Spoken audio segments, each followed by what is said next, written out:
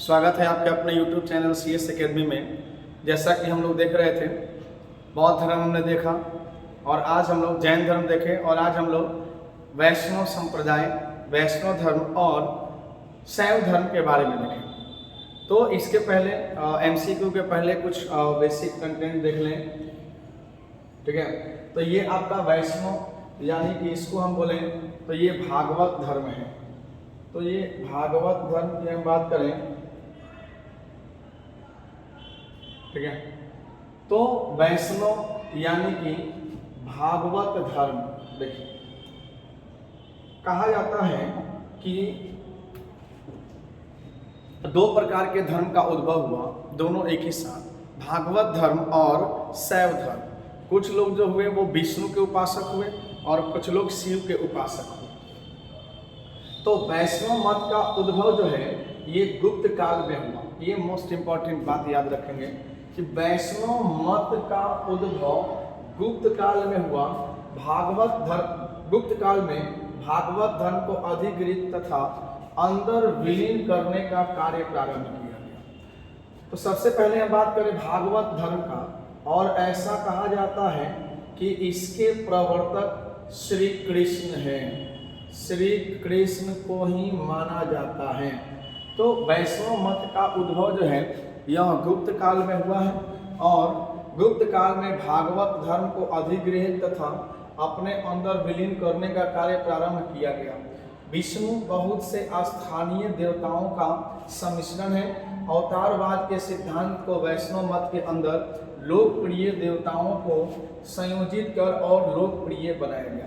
तो जैसा कि आप जानते हैं कि विष्णु भगवान के 10 अवतार हैं, मूल रूप से 10 अवतार हैं, चाहे राम हो गए, कृष्ण हो गए, कच्छप हो गए, वराह हो गए, कई अवतार इन्होंने लिया।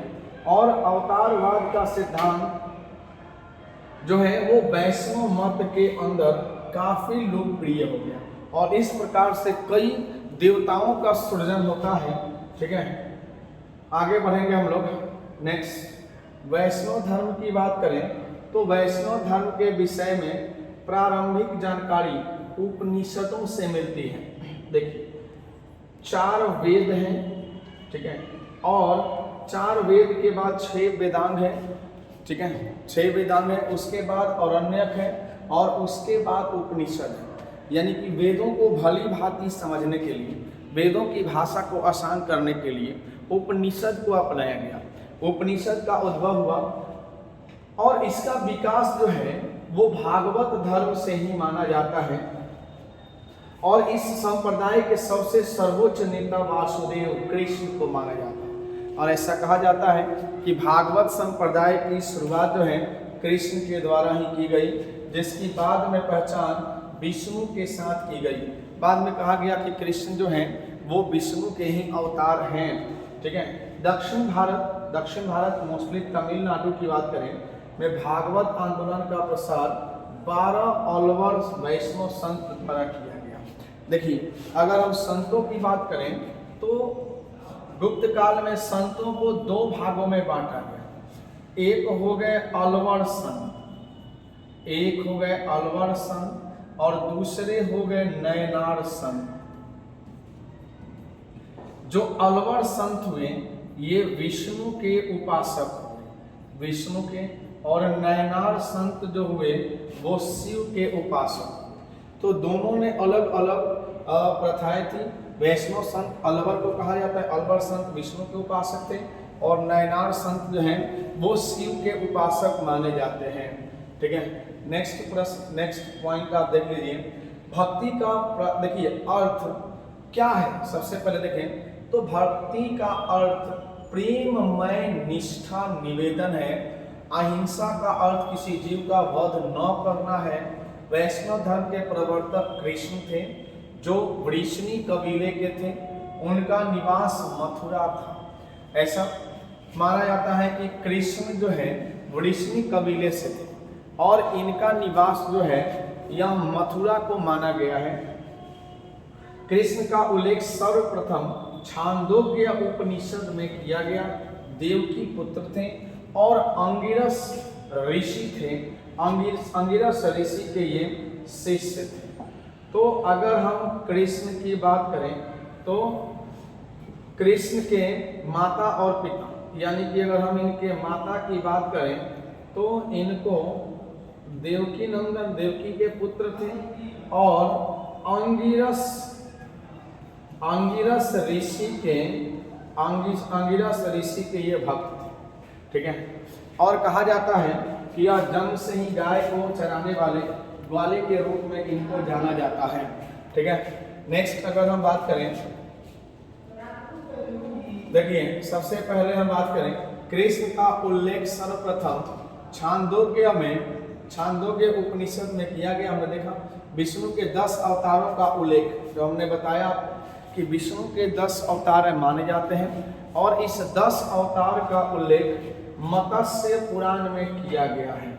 ठीक है, 10 अवतारों का उल्लेख मत्स्य पुराण में किया गया, और इन 10 अवतार को आप जानिए, मत्स्य अवतार, कूर्म अवतार, वराह यानी कि सुगर का अवतार, नरसिंह अवतार, वामन अवतार, परशुराम अवतार 3, नरसिंह अवतार, वामन अवतार, 6ठे परशुराम अवतार है, 7वें राम अवतार है, 8वें बलराम कृष्ण अवतार है, 9वां अवतार बुद्ध का, और 10वां अवतार कल्कि के रूप में है। तो ये विष्णु के 10 अवतार के बारे में आप जान लें एक बार।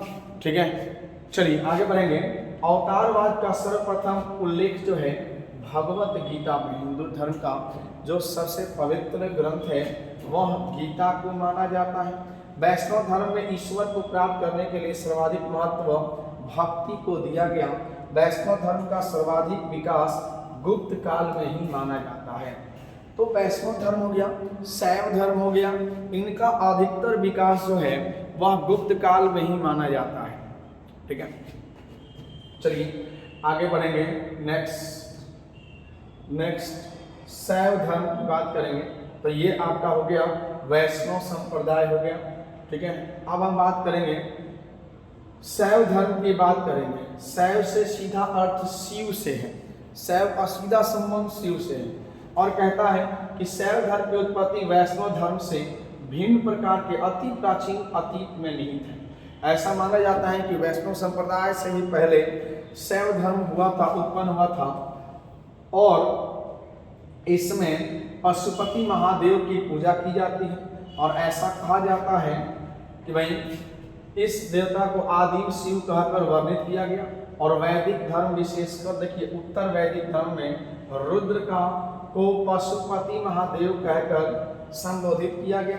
शैव मत उत्तर उपनिषद काल में उस समय सुस्पष्ट तौर पर प्रकट हुआ जब शिव की पहचान आतंकित करने वाले वैदिक देवता रुद्र के रूप में की गई। ठीक है, शिव का अभिप्राय मंगलमय होना से है, शिव का अभिप्राय मंगलमय से है। लिंग के रूप में शिव की व्यापक स्तर पर पूजा होती है, यानी कि शिवलिंग जो आप देखते हैं मंदिरों में या गर्भगृह में जो शिवलिंग रखा होता है, तो लिंग के रूप में शिव की ज़्यादा पूजा होती है। काफ़ी प्राचीन आदिम देवता के रूप में माना जाता है, और ऐसा माना जाता है कि उत्तर वैदिक धर्म में रुद्र के रूप में, रुद्र को पशुपति महादेव के रूप में जाना जाता है, और कहा जाता है कि उत्तर उपनिषद काल में इनको स्पष्ट शिव के रूप में पहचान की गई, यानी कि देवता रुद्र के रूप में पहचाना गया। शिव का अर्थ होता है मंगलमय होना। ठीक है, तो कहता है कि शिव के लिंग की पूजा व्यापक रूप से मंदिरों में की जाती है।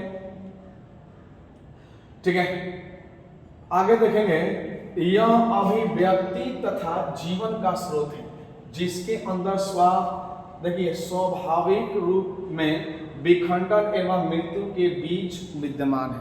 तो इसलिए शिव को मृत्यु का देवता भी कहा जाता है, मृत्युंजय, यानी कि मृत्यु पर जिसने विजय प्राप्त करनी हो, लेकिन ये सभी के मृत्यु के कारण भी बनते हैं। तो इसीलिए कहा जाता है कि इनके अंदर विखंडन एवं मृत्यु के बीच विद्यमान है। स्त्री का प्रजनन अवयव यानी योनि शिव की शक्ति का प्रतिनिधित्व करता है, और यह उसकी लौकिक ऊर्जा का मानवीय गुण प्रदान करता है। जब योनि तथा लिंग का एक साथ प्रतिनिधित्व किया जाता है, तब यह सृष्टि के महान प्रजनन सिद्धांतों के महत्व को दर्शाता है। यानी कि स्त्री पुरुष दोनों के संयोग से जन्म लेने वाले बच्चे की अगर हम बात करें, जो आगे चलकर या यूँ कहें कि सृष्टि को बढ़ाने का काम करता है, यानी कि एक प्रकार के प्रजनन का काम करता है, प्रजनन सिद्धांतों के महत्व को दर्शाता है। कुछ पुराणों ने महत्वपूर्ण सृष्टि की पहचान शिव के साथ उसके 5 रूपों, 5 रूप कौन कौन से हैं? तत्पुरुष, नामदेव, अघोरेश, और चौथा है साधोजात, और 5वां है ईशान की अवधारणा के माध्यम से की। तो ये शिव के 5 रूप हैं। तो सबसे पहले हम अब शिव के बारे में बात करेंगे आगे कि भाई शिव के अवतार कौन कौन से हैं। शिव के 5 रूप को 5 दिशाओं का इशारा है ना, 5 दिशाओं का शासक बताया गया, जिसमें पाताल आकाश के 4 बिंदु में मुख्य रूप से शामिल है और स्थलीय विस्तार की पूर्णता को निश्चित करता है। तो शिव के 11 देखिए रुद्र अवतार हैं, विष्णु के 10 अवतार हैं, लेकिन शिव के 11 अवतार हैं, जिसमें कपिल, पिंगल, भीम, विरूपाक्ष, विलोहित शास्त्र, अजपाद, अहिर, बुधन्य, शंभु, चांद तथा भाव। 11 अवतार शिव का हुआ है ना। शिव के निम्नलिखित अगर अवतारों की बात करें विशेष प्रकार के, तो अर्धनारीश्वर, नंदी, सरभ, गृहपति, नीलकंठ, ऋषि दुर्वासा, महेश, हनुमान, वृषभ, पिप्पलाद, उसके बाद वैजनाथ, उसके बाद हम बात करें यतीनाथ, कृष्ण दर्शन, अवधूवेश्वर है ना, विछुवरैया यानी कि विश्वेश्वर, उसके बाद बात करें सुरेश्वर, ब्रह्मचारी, सुनात नाटक, साधु, विभु अश्वत्थामा, और उसके बाद बात करें ये आपका 19, 20, 21 विराट, वीरभद्र, ठीक है। उसके बाद भैरव, अल्लमा और खानदोबा। तो ऐसे कुछ शिव के ये कुछ उनके अवतार हैं जो उन्होंने ग्रहण किया था। नेक्स्ट अगर हम बात करें तो शैव मत के भावनात्मक पक्ष का प्रचार देखिए नैनार संत यानी कि शिव संत को नैनार काया द्वारा किया गया, जबकि उनके सैद्धांतिक पक्ष को शैव बुद्धिजीवियों आचार्यों ने पूर्ण किया। ये आचार्य आगमनक, शुद्ध तथा वीरशैव जैसे शैव आंदोलन के रूप में संबंधित भी थे। तो शैव धर्म आपका मूल रूप से दक्षिण भारत में काफी प्रचलित रहा है ना। फिर कह रहा है कि अघोर शिवाचार्य उनका सबसे योग्य सिद्धांतकार था। शुद्ध शैववादियों ने रामानुज की शिक्षाओं को अपनाया और श्रीकांत शिवाचार्य उनका महान व्याख्याकार था। मत्स्य पुराण में देखिए बेबी लिंग पूजा का वर्णन मिलता है। तो शिव के लिंग पूजा का वर्णन किसमें मिलता है? मत्स्य पुराण में मिलता है। कह रहे कि शिव के संप्रदाय कौन से हैं? पशुपत, कापालिक, कालामुख और लिंगायत। तो शिव के 4 बड़े जो हैं संप्रदाय निकल कर आए शैव धर्म के। 4 अलग अलग है, पशुपत हो गए, कपालिक हो गए, कालामुख हो गए और लिंगायत। इसका वर्णन जो है वामन पुराण में किया गया है।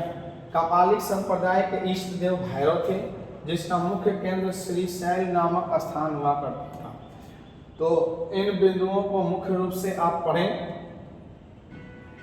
अगला, कालामुख संप्रदाय के लोगों को महाव्रतधर भी कहा जाता है। कालामुख। लिंगायत को जंगुक या वीरशैव संप्रदाय कहा जाता है। यह दक्षिण भारत में काफी प्रचलित है। इस संप्रदाय के प्रवर्तक अल्लाह प्रभु और इसके शिष्य वासो थे। तो देखिए कालामुख संप्रदाय की बात करें तो इसके लोगों को महाव्रतधर भी कहा जाता था, कालामुख वालों। लिंगायत को जंगम या वीरशैव संप्रदाय भी कहा जाता है। यह दक्षिण भारत में काफी प्रचलित है। इस संप्रदाय के प्रवर्तक अल्लाह प्रभु और इसके शिष्य वासो थे। वीरशैववादियों का नेतृत्व वासो द्वारा किया गया। पशुपत संप्रदाय के संस्थापक लकुलिश थे। तो ये आपके कई बार आपका एग्जाम में क्वेश्चन आ गया है कि पशुपत संप्रदाय के संस्थापक कौन थे? लकुलिश, शिव का, जिसको शिव का अवतार माना जाता था। इसके द्वारा रचित मुख्य ग्रंथ पाशुपत सूत्र है। पाशुपत देखिए संप्रदाय का मुख्य संबंध अनुष्ठान एवं अनुशासन से है। इसका अंतिम लक्ष्य शिव के साथ अंतर विलीन होना है, जिससे सभी प्रकार के दुख एवं परेशानियों से मुक्ति प्राप्त होना है। अथर्ववेद क्या बोलता है? मैं शिव को सर्व भाव पशुपति तथा भूपति कहा गया है। ठीक है, आगे हम बढ़ेंगे। नाथ संप्रदाय की स्थापना अगर हम बात करें तो नाथ संप्रदाय की स्थापना माता मत्स्येंद्र नाथ ने की थी। इसके प्रमुख प्रचारक बाबा गोरखनाथ। ठीक है, तो नाथ संप्रदाय की स्थापना, तो ये भी काफी इंपॉर्टेंट है, माता मत्स्येंद्र नाथ ने की। इसके प्रमुख प्रचारक बाबा गोरखनाथ थे। कालामुख संप्रदाय के अनुयायियों को शिव पुराण में महाभरतधर कहा जाता है। तो ये भी आपका मोस्ट इंपॉर्टेंट, कालामुख संप्रदाय के अनुयायियों को शिव पुराण में महाभरतधर। इस संप्रदाय के लोग नर कपाल में ही भोजन, जल तथा सूरा पान करते थे।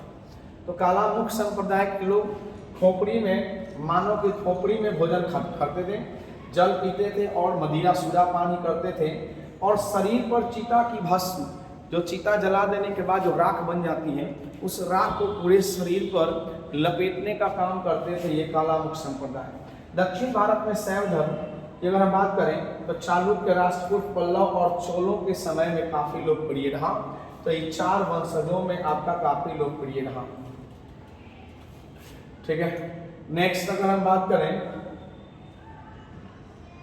तो कुषाण शासकों की मुद्राओं पर शिव एवं नंदी का, देखिए ये आपका वीवीआई, ये पूछता है किसकी सिक्कों पर शिव एवं नंदी का एक साथ अंकन होता है, किस शासक के मुद्राओं पर इसका अंकन मिलता है। तमिल शैव मत की शिक्षाओं को प्रथम बार व्यवस्थित करने वाला मेयकांतर था। ये भी आपका मोस्ट इंपॉर्टेंट दोनों बातें। शक्ति संप्रदाय शैव मत के साथ काफी नजदीक था, लेकिन इससे विशिष्ट है। शक्ति संप्रदाय या देवी की पूजा का उल्लेख महाभारत से प्राप्त होता है। जिस समय शक्ति के चित्र को शिव के साथ उसकी पत्नी के रूप में चित्रित किया जाता है, तब उसका लाभ वाला पक्ष है और इसको पार्वती देवी या उमा महादेवी भी कहा जाता है। तो पार्वती माता को शक्ति कहा गया है और शिव के साथ इनको दिखाया गया है। कह रहे कि शक्ति के बहुत से नामों में से मनसा, शीतला, चंडी, दुर्गा काली है ना, ये सभी प्रमुख हैं। बंगाल में उसका संप्रदाय गहरी श्रद्धा, पवित्रता एवं भय सहित प्राचीन जनजातीय संप्रदाय से ग्रहण किया गया। विद्रोहात्मक निर्दयी रक्त अनुष्ठानों का एक मिश्रण भी कहा जाता है, क्योंकि इसमें शक्ति का रूप जो है वह काली भी है। ठीक है, नेक्स्ट अगर हम पॉइंट की बात करें तो नेक्स्ट है तांत्रिक तत्व। धीरे धीरे शैव धर्म में तंत्र मंत्र की बातें शुरू हो गई। जैन मत, महायान, बौद्ध, शैव मत, वैष्णव मत एवं शक्ति संप्रदाय में भी विद्यमान। तांत्रिक मत जैन धर्म में रहा, महायान बौद्ध मत में रहा, शैव मत में, वैष्णव मत में, सभी मतों में तांत्रिक तत्व रहा। और इसका विकास लगभग ऐसा माना जाता है कि अफगानिस्तान सीमा के साथ उत्तर पश्चिम भारत और पश्चिम बंगाल में और असम में इन सभी का विकास माना जाता है। संभवतः हिंदूवादी क्षेत्रों में ही इसके विकास को माना जाता है, इसलिए इसके अंदर बहुत सी गैर आर्य विशेषताएं भी शामिल हो गई। इसके शिव तथा शक्ति की एकता के अनुसरण से यौन एकता के निर्मलता को भी शामिल किया गया। ठीक है, तो इस प्रकार से आप एक एक पॉइंट अच्छे से पढ़ें। हम इसका एमसीक्यू भी करवाएंगे और आप इसका एमसीक्यू बढ़िया से कर लेंगे। जैसे ये आपका वीवीआई है, मोस्ट इम्पॉर्टेंट, ऐसा कोई एग्जाम नहीं जिसमें सवाल न आए। तो ये है आपका दर्शन, ये प्रवर्तक,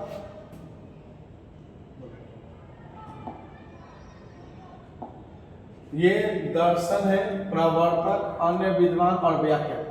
पूर्व मीमांसा की बात करें तो पूर्व मीमांसा में आप देखिए, पूर्व मीमांसा के प्रवर्तक जैमिनी है ना, और इनके विद्वान सबर स्वामी, प्रभाकर और कुमारी इत्यादि। उत्तर मीमांसा बदनायन, न्याय दर्शन गौतम, वैशेषिक दर्शन कनाद, सांख्य दर्शन कपिल और योग दर्शन पतंजलि हैं।